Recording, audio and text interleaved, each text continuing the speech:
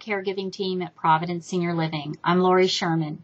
You're watching a video about pureeing foods at Providence Senior Living. At the end of this video, you will be asked to answer a few questions on a knowledge quiz. So pay attention. Here we go. Sometimes we have to puree foods for residents who have difficulty chewing or even swallowing solid food. According to a registered dietitian that helped us with this policy, there are a few tips that we can provide the caregivers that will make this task easier for the caregiver and tastier and safer for the resident. Often when we puree foods, we're trying to prevent choking or gagging on food. Some residents lose their swallow reflexes as they age. That can be a side effect of dementia, Parkinson's disease, and a few other problems that are very common in assisted living. So pureeing food can be extremely important, and you may find that there are residents who are coughing and choking during meals, and if you see that and observe that, make sure you report that to the nurse manager as soon as possible. We may want to go ahead and get an order from the doctor to puree foods and start doing that. Please make sure you share that information, that observation. We want food to taste good even though it's pureed, and a lot of times it just doesn't. But we can do a few things to make that possible. When you're pureeing a food, you want to add some liquid to it before you put it in the blender. You can add small amounts of gravy, sauce. You can use vegetable juice. You can use cooking water, fruit juice, milk, or even cream to the foods, and then you puree them until they're the consistency of pudding. Sometimes you can add potato flakes or even commercial thickeners like Thicken to pureed foods that have become too thin. So don't forget about that also. If it gets too thin, the resident can choke on it almost as easily as if it's too thick or solid. You can add dry milk powder to food to increase the calories and the protein there is in the food.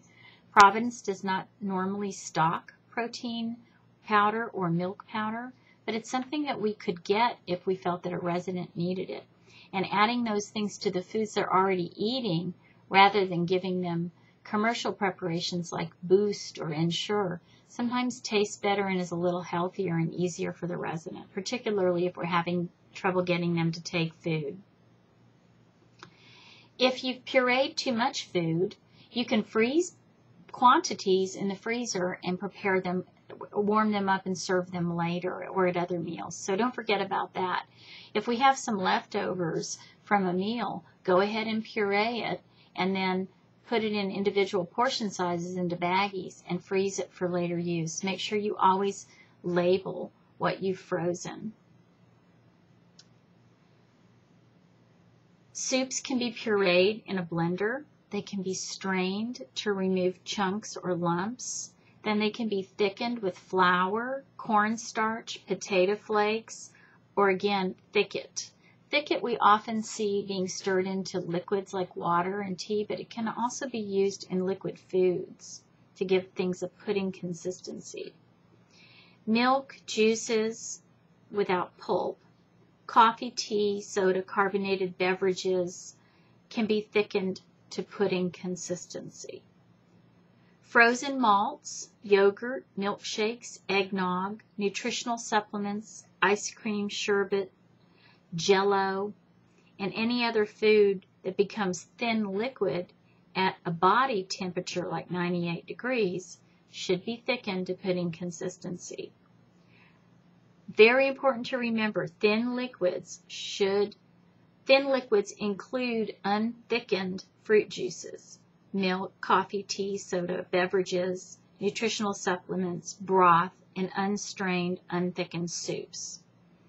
Frozen malts, yogurt, milkshake, eggnog, things that become liquid when they go down the food tube and get swallowed, those things have to be thickened. Because remember, as the resident is eating ice cream, it's going to melt, become liquid, and then they can choke on it. So anything that becomes liquid when it hits the body does have to be thickened before you give it to them.